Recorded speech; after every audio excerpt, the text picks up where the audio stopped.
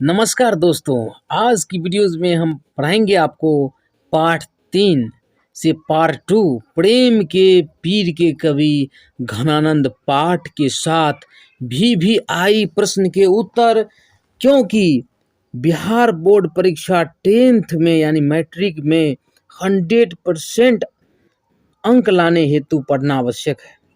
100% marks लाने के लिए जो है किसी भी लेसन को क्लियरली स्पष्टता पढ़ना जरूरी है। तो चलिए शुरू करते हैं। यदि आप पार्ट 1 नहीं देखे हैं घनानंद पाठ से पॉइंट्स या फिर जो क्वेश्चन है तो आपको इस वीडियो में लिंक मिल जाएगा। तो दोस्तों चलिए शुरू करते हैं। चैनल पर नए हैं तो चैनल को सब्सक्राइब करके और इस वीडियो को शेयर कर देंगे, क्योंकि बहुत ही अनमोल जानकारियां मिलने वाली हैं आपको। तो चलिए शुरू करते हैं।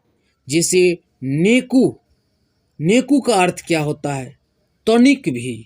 तनिक भी का मतलब थोड़ा भी। नेकू का मतलब तनिक भी या थोड़ा भी।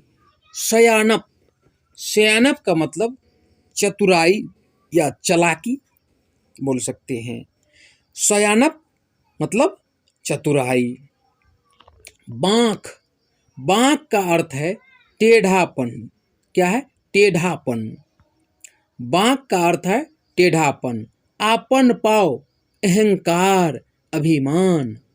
आपन पाव का अर्थ है अहंकार या अभिमान। झुझुकाएं, झुझुकाएं का अर्थ है झिझकते हैं, हिचकिचाते हैं। क्या है? झुझुकाएं का अर्थ है झिझकते हैं। उसके बाद है निशांक, निशांक का अर्थ है शंका मुक्त, कोई शंका नहीं है। निशांक का अर्थ है शंका मुक्त, कोई संदेह नहीं है, कोई शंका नहीं है। आंक, आंक का अर्थ है अंक या चिन्ह। आंक का अर्थ क्या है? अंक या चिन्ह। उसके बाद है पर्जन्य, पर्जन्य का अर्थ है बादल। बादल बोले या मेघ बोले दोनों होता है। पर्जन्य का मतलब बादल या मेघ। उसके बाद है सुधा, सुधा का अर्थ है अमृत। क्या है? अमृत। अगर आपसे पूछ ले कि सुधा का पर्यायवाची क्या होगा तो अमृत होगा। क्या देना है? अमृत। उसके बाद है सरसों, सरसों का अर्थ है रस बरसाओ। क्या है? रस बरसाओ। सरसों का मतलब है रस बरसाओ। उसके बाद है परसाओ, परसों का अर्थ है स्पर्श करो। क्या करो? स्पर्श करो, छू जाओ। विशासी, विशासी का अर्थ है विश्वासी। क्या है? विश्वासी। मन, एक मन का मतलब होता है चित्त, लेकिन यहां पर मन का अर्थ है माप तौल का एक पैमाना। ठीक है? आप जो कोई सामान लेने जाते हैं तो आपको वहां पर जो है तौल करके सामान दिया जाता है। उसके लिए 50 ग्राम, 100 ग्राम, ठीक है, हाफ केजी, 1 केजी, इस तरह से पैमाना रहते हैं। उसी प्रकार मन जो है, मन का मतलब वैसे आप जानते हैं कि 40 केजी, 40 किलो का एक मन होता है, वही मन है यहाँ पर। यहाँ मन का मतलब चित्त नहीं।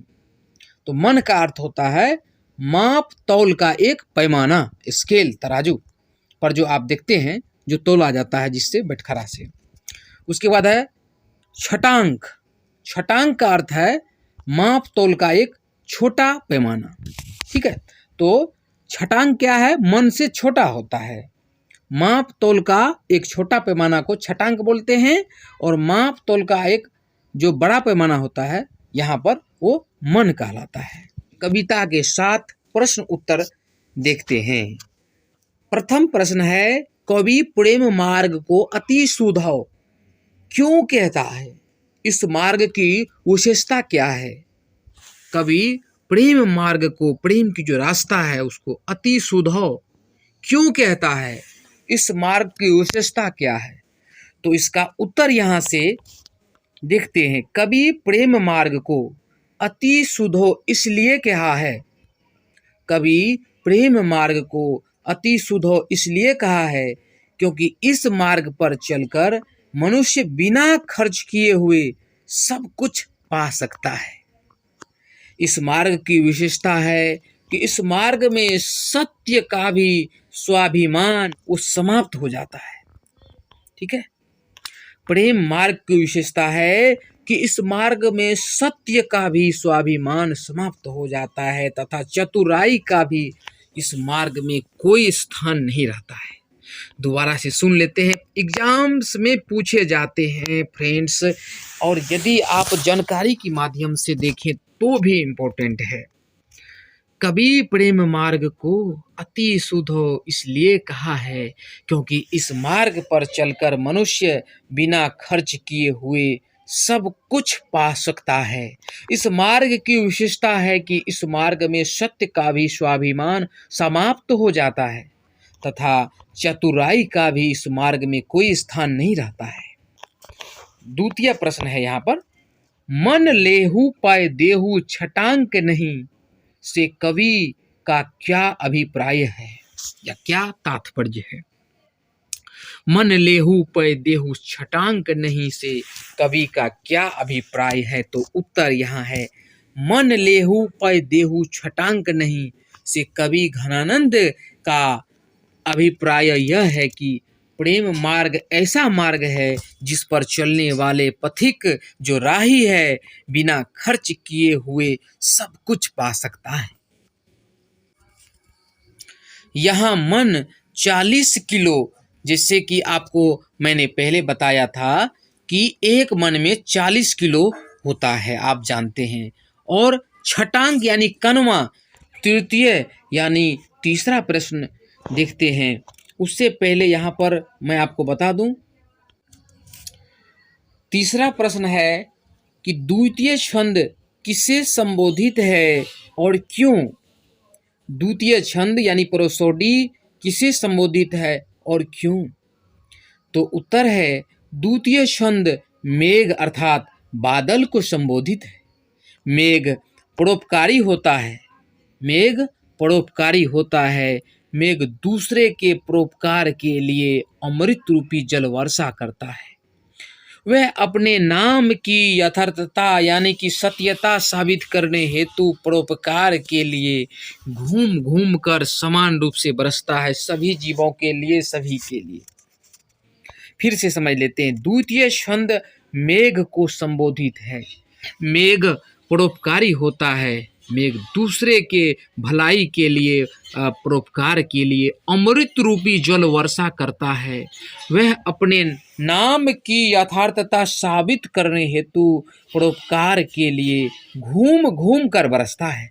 वेरी वेरी इंपॉर्टेंट क्वेश्चन है दोस्तों। तो चलिए अब नेक्स्ट क्वेश्चन देखते हैं 4 नंबर का।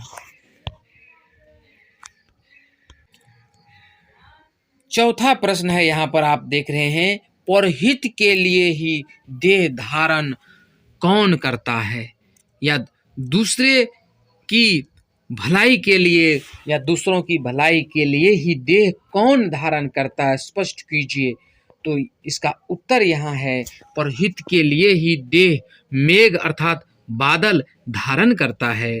मेघ परोपकारी होता है, इससे पहले भी आपने सुना और देखा। यहाँ पर वह घूम घूम कर लोक कल्याण हेतु लोक हित के लिए बरसता है, इसलिए मेघ का एक नाम पर्जन्य भी है। ठीक है, पर्जन्य का मतलब बादल या मेघ होता है, क्योंकि दूसरों के लिए जो मदद पहुंचाए उसको आप पर्जन्य कहते हैं। यहाँ पर इस क्वेश्चन में परहित के लिए ही देह मेघ अर्थात बादल धारण करता है। मेघ परोपकारी होता है, वह घूम घूम कर लोकहित के लिए बरसता है, इसलिए मेघ का एक नाम पर्जन्य भी है।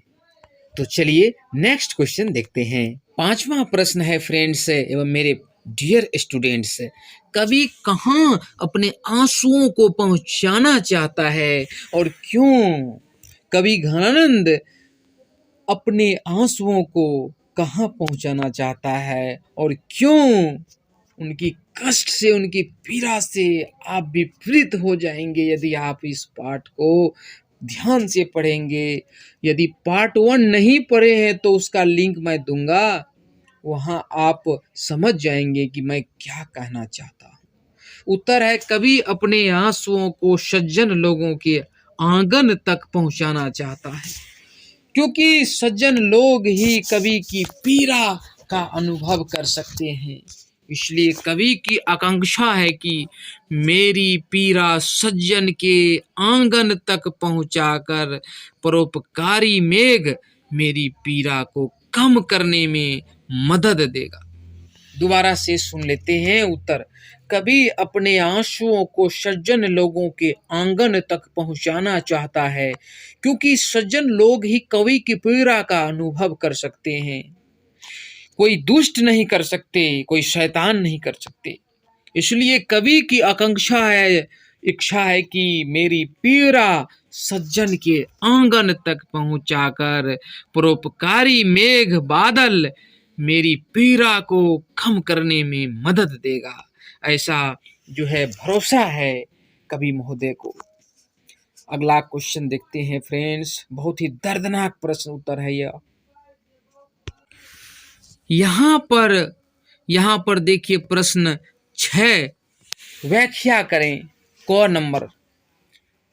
यदि आप पार्ट 1 देख लेते हैं तो इन व्याख्याओं को आप भली भांति समझ सकते हैं। फिलहाल टेंशन नहीं है, चलिए मैं व्याख्या यहाँ पर समझाता हूँ। यहाँ एक तय दूसरो आंक नहीं, यहाँ एक तय दूसरो आंक नहीं। उत्तर समझिए। प्रस्तुत सवैये का अंश हमारे पाठ्य पुस्तक गोधली भाग 2 के काव्य खंड के अति सुधो स्नेह को मार्ग है शीर्षक या फिर पद से लिया गया है या उद्धृत है, जिसके रचयिता या फिर कवि घनानंद हैं। इस पद में कवि ने प्रेम मार्ग को सुगम या सरल बोल सकते हैं और पवित्र कहते हुए कहा है कि यहाँ एक तय दूसरों आंक नहीं, अर्थात प्रेम मार्ग के समान कोई अन्य मार्ग नहीं है, कोई चिन्ह नहीं है, कोई निशान नहीं है प्रेम मार्ग की तरह।